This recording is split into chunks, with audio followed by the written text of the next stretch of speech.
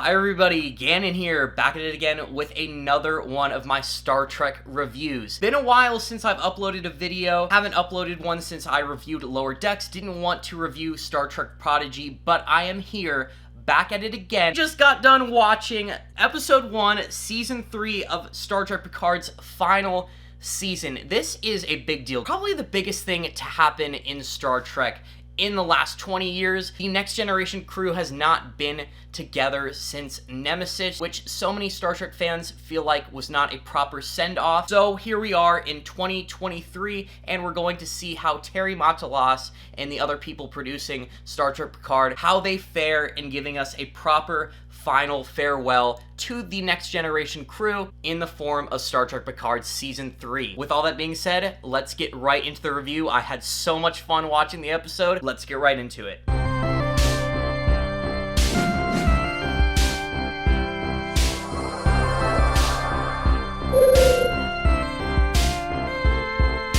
Episode 1, titled The Next Generation. Terry and the gang really went pretty hard with this one. They went straight to the point. There was a slew of amazing references in this episode that, as a Next Generation fan, just made me want to get out of my chair and were just really exciting. But I have to admit, I was a little bit worried at the start of this episode. Extremely depressing, extremely dark, and also, what is this overuse now of doing the creepy, eerie music track at the start or the beginning or the end of a really important Star Trek episode like a premiere or a season finale? I'm pretty sure this has been done a handful of times in Strange New Worlds, and I'm pretty sure this has also just been done in a previous episode of Picard. And while this does really provide an awesome effect in space, it seems to just kind of be like an overdone technique at this point. The eerie music playing, okay, kind of grimdark sci-fi, and then Beverly Crusher kind of going spec ops with it against this unknown alien race that's really wearing goofy outfits, honestly. But here's the thing. Star Trek Picard is not very good with weapons. This was the first red flag of the episode. They've never been good with weapons. They reuse weapon props from Season 1 in Season 2 when they, like, travel through time and they're under the influence of the Watcher and everything, and it's just a huge plot hole. And within the first, like, 3 minutes of this episode, I have Beverly Crusher in an atmosphere that's depressing. It's similar to that one scene where they killed Hugh in Season 1, and then you see her, like, pop these aliens. She gets shot herself. It's kind of uncharacteristic of Beverly, but apparently she's capable of defeating these guys, and the phaser rifle that she uses kind of incinerates them and turns them to dust, very similar to a disruptor, even though in this episode we see the new Titan and it's a new model. It's the Neo Constitution class, which is a great, awesome classification for the Titan. The Titan looks amazing.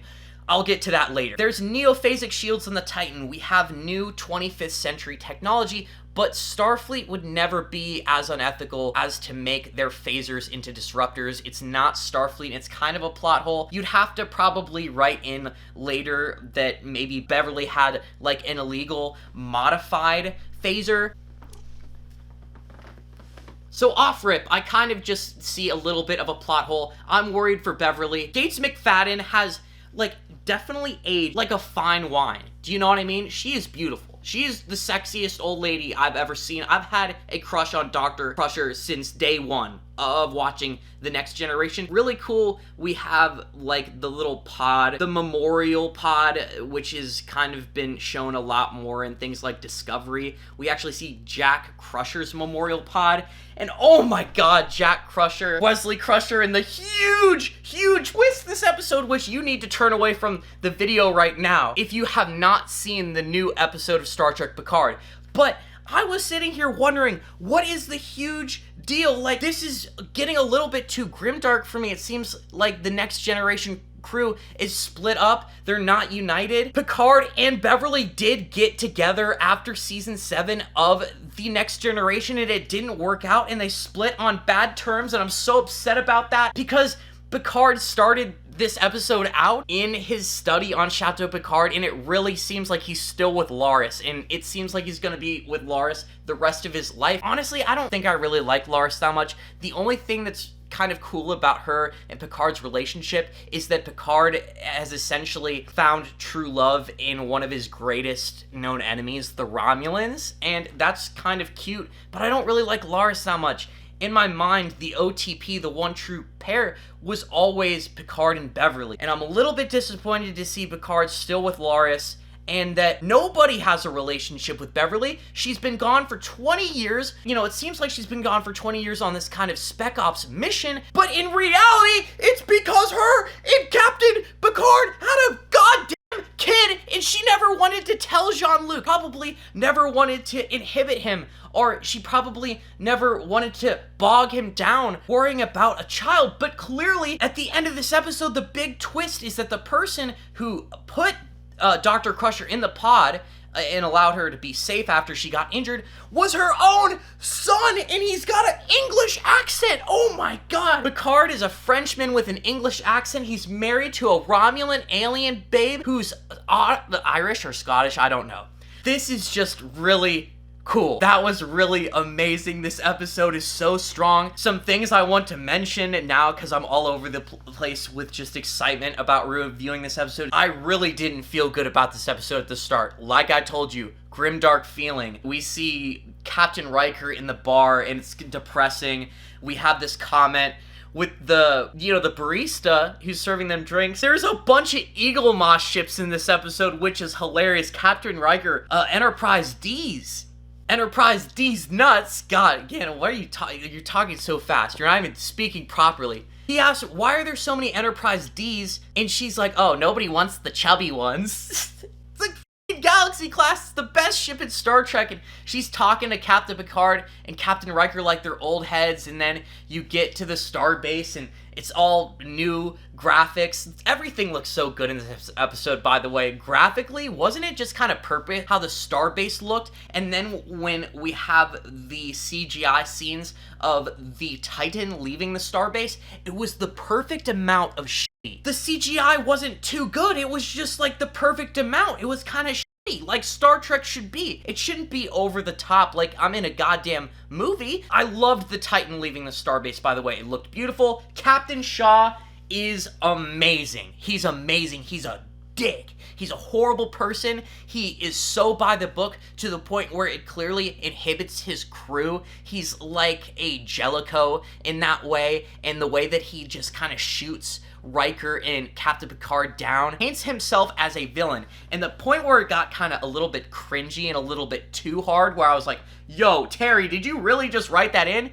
Is when Captain Shaw essentially got like a little bit pushy with them, like used a slur, called Captain Picard like an ex-Borg, and he treats him with no respect at all, and he doesn't even let 7 of 9 use her Borg designation. She has to be Commander Annika Hansen now. Amazing how 7 of 9 was just like, bro, you were an asshole to Picard and Riker in the briefing room.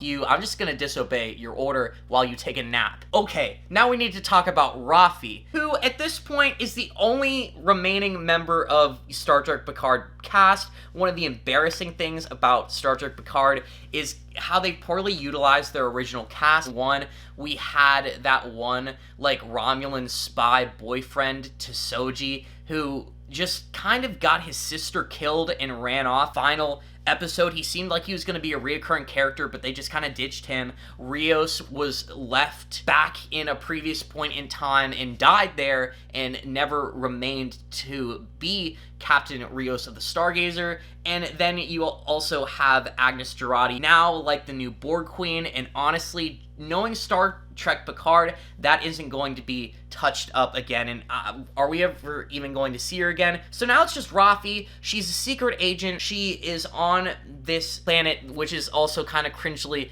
called Metalis Prime. Harry, you really didn't wait that long to insert yourself into the first episode, which you boldly called The Next Generation, which I kind of liked. Okay. Riker and Deanna are kind of going through it right now, so yikes. You know, I mean, that happens in every marriage, but again, they have to get depressing at the start of the episode before things get better, and they do. I love the really cool references in this episode.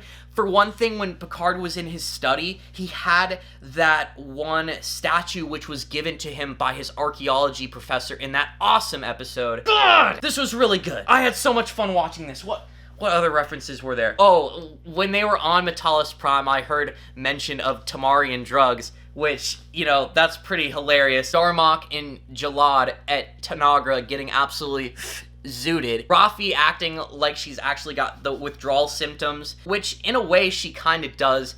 Her current, like, workspace is her undercover on Metalis Prime, this shady planet, this clear Orion district where people are doing illegal, shady things, and she's trying to get information on these illegal weapons which are going to be used in a terrorist attack. And after trying to extort information for this one Orion, she finally learns that they are going to attack, and they're going to do it at the Red Lady, or it has to do with something called the Red Lady. She is aboard La Serena. She has the ship now because, you know, Rios obviously, evidently has no use for the ship any longer, and she is clearly typing back and forth to an anonymous figure who, in my opinion, it's 100% Worf, literally says, "You are a warrior." Who else in Starfleet would say that? I mean, it's been a while since The Next Generation, but I honestly don't believe there can be that many Klingons who have joined Starfleet, even though it's been like 30 years since then.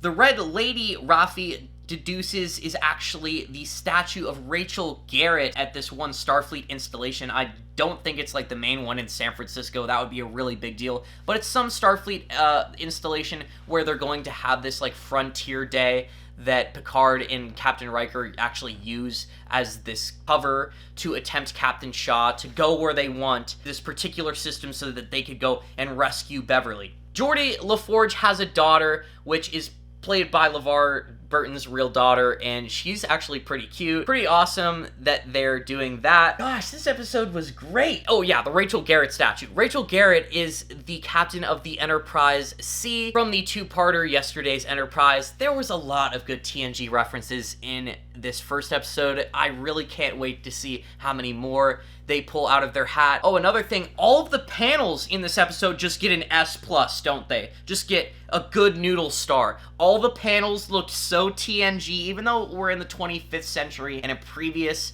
seasons of Star Trek Picard, they haven't made an effort to do this, but this is the Next Generation season, so all the panels that they're using look very reminiscent of the artwork of the panels that were done on the Enterprise D in the original Next Generation series. So gosh, this is just so good. I'm gonna give this first episode like actually a good 7 out of 10, because in the first 10 minutes I thought that it was kind of scaring me. I was going to be bitching about it, and I was going to be somewhat disappointed. After that 10-minute mark was over and things really started rolling and we were introduced to all these new characters, I saw all these great references, I really got so excited and my passion just started popping out of me. Like I was running around my room when I found out that Jean-Luc Picard has basically been kirked, and he has now found out that he's had a son that he didn't know about for the longest time. That's just insane. I can't wait to see how this affects things, relationship with Laris, and who are these shady characters that are blowing up and doing terrorist attacks on Earth and are out for Beverly and her son. Who are these guys? I want to know. Also, is Captain Shaw going to get redeemed, do you guys think, or is he going to just remain a dick character who's going to get what he deserves later? Let me know what you guys think down in the comments. If you're enjoying any of the content that you see on the channel, I'd be very flattered if you were to subscribe. Please leave a like on the video if you enjoyed it, and make sure to leave a comment down below, just any feelings or thoughts about this episode that you had. I love reading comments. They're my favorite thing about YouTube. I love the interaction. And with all that being said, hope you guys have a good rest of your week. Live long and prosper.